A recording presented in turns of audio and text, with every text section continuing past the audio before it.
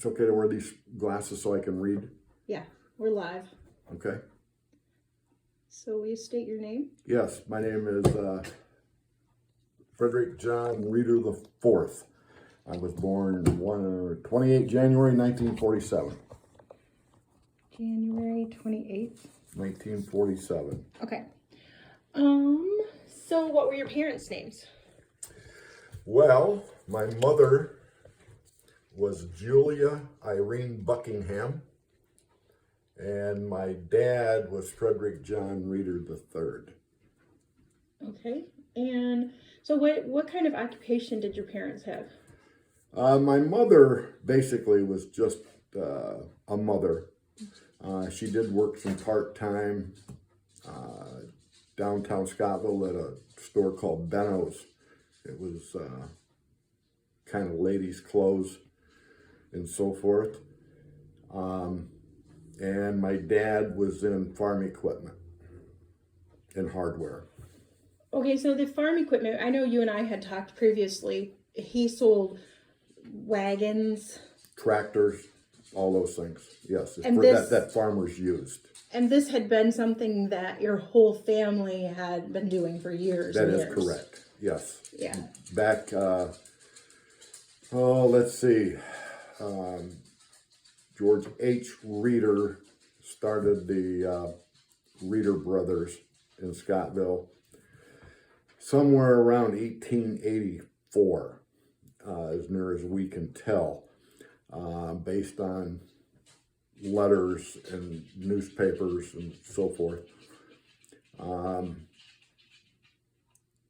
They eventually sold that to Blaine and Crowley and moved up the street to North Main.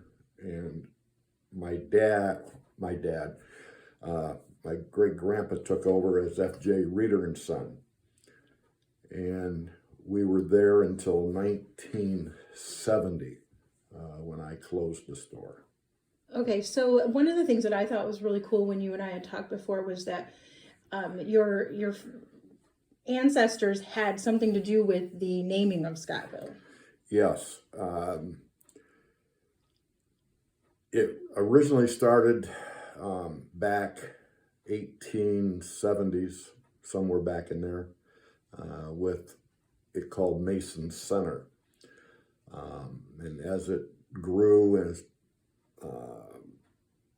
people started moving to the area, there was a individual named James Sweetland, and they named the town Sweetland. This was in the early 1800s, somewhere around 1881, 1882, give or take. His wife gave birth to twins, and at that point he just took off. He didn't want any part of it, so he just left her there with the babies and took off with an Indian woman from Mason County that had been there and headed out to New York State. The people there didn't think he deserved the name to remain the same, so they tasked my great uncle G.H. Reeder and Hiram Scott to flip a coin to see who would name the city. The loser got the name Streets, and of course the winner named the city. And that's pretty much it. I think that's so fascinating. So the streets, if I recall, they're just like First Street, Second Street. Oh, but then there's also Rheinberg. And there's Blaine Street, which was after Mr. Blaine from Ludington, Okay. who actually plotted the property there locally in Scottville, donated the property where the Scottville Library still sits, that came from the right Blaine there family. on Okay. East State Street. He donated all of that. And then in 1907, February 26, 1907, George Reeder, working with the state of Michigan, got the village certified as a city, and that's when it became Scottville, known as a city, not a village. That was, yes, February 26, 1907. Awesome. So I don't know how you remember those dates. Well, actually, too, George Reeder was a judge here for close to 50 years Oh, okay. in the county. He also was a state representative out of Scottville. And this was your great uncle. Well, George Reeder, my dad's great grandfather, I guess, Okay. or however it's put in. I don't know if it's uncles or grandfathers Okay. or how it fits, A but it's relative. all there. Okay. Okay, so then one time you and I were talking too about the train. There used to be a train that came through the Scottville area. And was it one of your relatives who... It was again, it was George Reeder. Oh, that's George. He was the postmaster, and he ran when he heard the train coming, he took off his postmaster hat and put on his railroad hat, grabbed his lantern, and went out to the track and swung the lantern, so they knew they were coming into Scottville. That's really cool. When I've been over there before, I've watched to see, like, kind of looked to see where that area would have been and tried to picture. South Main Street, where right down there where Tom's Barbershop was, probably just a smidge south of that. Oh, that's so cool. Okay, so then you were born in Mason County. Yes. Were you born in Scottville? Ludington. At the Ludington Hospital. Well, it would have been Paulina Stearns. Yeah, the one over in the fourth South ward. Madison, I think it is. Mm-hmm. Yep. Good. And that's one of the people we're studying in our class was Justice Stearns. Oh, okay. So, yeah, so you were born right there at the hospital. Yes. So you went to Mason County Central High School. Yes. And you went there all through school. K through 12. Yeah. Okay. Well, It was actually Scottville at one point. it was called Up Scottville. through, yeah, they changed it. I don't remember the year. Early 60s, late 50s to Mason County Central. Yeah. But I was K through 12 in Scottville. So what was school like for you? Mm, It wasn't like it is today. well, today I'd still be in school Yeah. because I was kind of a problem for some teachers. Much different today. We had total freedom. You know, the teachers kept us in line. Parents supported that. Mm-hmm. But I had fun. I think that's the best way to sum up K through 12 for me. Were Fun. you in the building that's there, the old school that they called it old school? I was 7th and 8th grade in that school. Okay. The K through 6 was in the upper, just 100 yards away to the north. Okay. That's where the kindergarten, well, they call it the middle school. Okay. And that was K to 6. And then 7th and 8th was in the red building, the old school. Yep. And then they had built the new high school, which opened, I believe, 59. And then I was the second class, I believe, okay. to go into maybe the third, to go into the new high school. Okay. Which is where it is, today. Currently, yeah. Okay, so when you went to school, did they have the lunch program like they do now, where you just go in and get lunch from the school, or did you have to bring a lunch? You could do either or. Okay, so just like Now that was in high school. yeah. Early on, we brought our lunches. Okay. Actually right up through 8th grade, if I'm not mistaken, because I don't know where there would have been a lunch area, but 9 to 12 we had the cafeteria. Did your mother pack your lunches, or did you pack them for yourself? Well, I mean, early on she did. I'm just curious because you know how nowadays we have a lot of pre-processed things that we throw into the lunchbox. I'm sure that. I mean, yeah, I always had a sandwich, an apple, Yeah. something, chips, drink.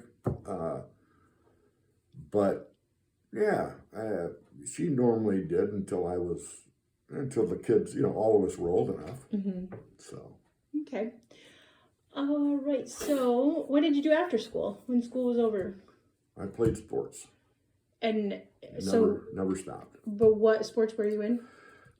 Baseball, football, basketball, and track. Wow. So you were at, fluently in it all season, every season. 12 months a year. What about the summertime? Played ball every day. So, did you ever play at McPhail Field? All the time. Was that was like the place as that, because that place fascinates me too. I've been there several times. That's where the football field was. Oh, okay. The original football field was there. It's where they have some soccer now. Yeah. There's baseball diamonds in there, a playground. Behind the major, the big field, where they used to play all the softball tournaments, the baseball field, high school baseball field, used to be way out behind there, right on the railroad tracks. If you go into McPhail and go down to the west, at the end of where the fence is, that used to be a road down there, a 2-track that went out to the baseball field. Okay. Excuse me. So, and that's where we played baseball. Where do you know anything about that? Like, was it the McPhail family that donated Yes. that? Okay. Yes. I was curious. Yes, they did. All of that came from them. Okay. What chores did you have to do around the house? Basic, I suppose, for every child. Clean up your room, make your bed. And of course, everything changed as you grew older. To mow the yard, clean the garage, whatever. Yeah. But I had certain things that had to be done, certain parts of the week and weekends. Did you burn firewood or did you use gas? We had coal heat. Oh. Because I remember they'd come and they'd throw it down a chute through the basement window. And then every once in a while I had to go down and put coal in the furnace. Huh. I'm not familiar with coal at all because we burned wood when I was a child. Yeah, So. we had a fireplace. I mean, we did use our fireplace, Yeah. but it was, the heat was coal. Was the coal, did it leave a lot of dust residue within the home? No, Okay. it wasn't too bad. Interesting. Just kept to keep it going. Yeah. And Like firewood. Yeah, same difference. So I know we talked about George. Were there any other people in your family that were notables, like people that did something that was spectacular that you want to mention? Spectacular. Or even minor. I mean, I think it's spectacular that your ancestors had a hand in naming Scottville. I think it's also pretty cool that they had the carriage business and, that kind of thing. Well, my sister was homecoming queen. Awesome. See, that's pretty awesome. She beat out my girlfriend. I'll never forgive her. My girlfriend finished second. That was 1965, I believe. I'll never forgive her. My brother, George, was state pole vaulting champion. Okay, And, that's pretty His coach was spectacular. someone you know named Bruce Krieger. No way. My brother was on Krieger's state championship team. Bruce isn't that old. Yeah, he'd be 80 this December. I don't know. Okay. We did a lot of things. Yeah, you did. My grandfather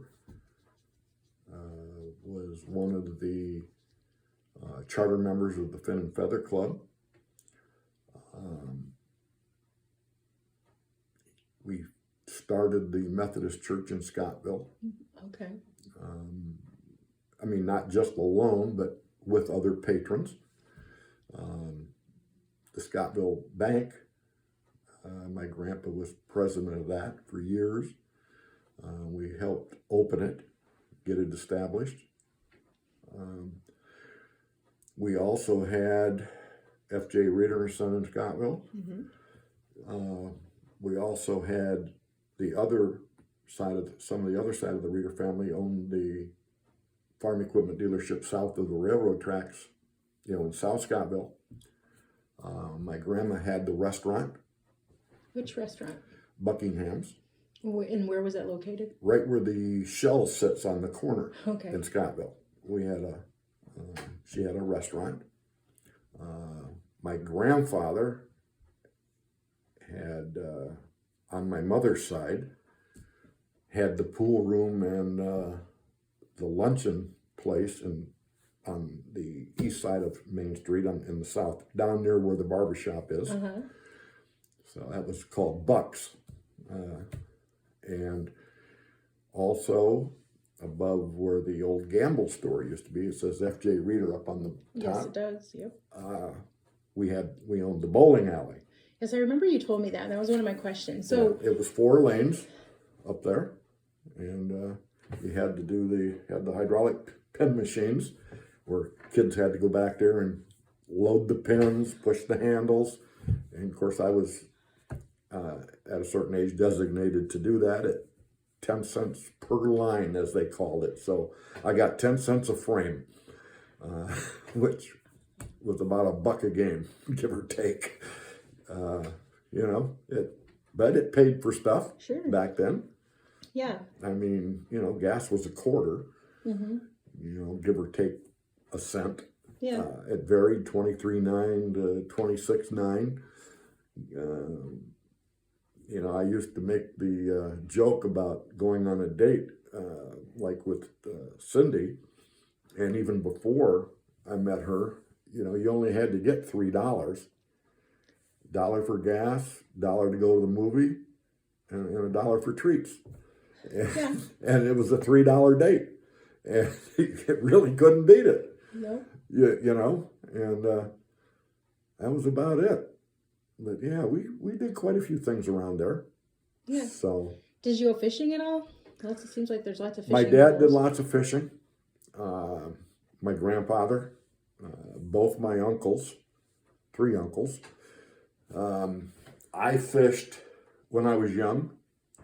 My dad and his friend Norm Gall, Gall, and his son Jeff and myself used to go to Canada every Memorial Day for a week fishing up there. And we did that for 8-10 years maybe, which was a lot of fun.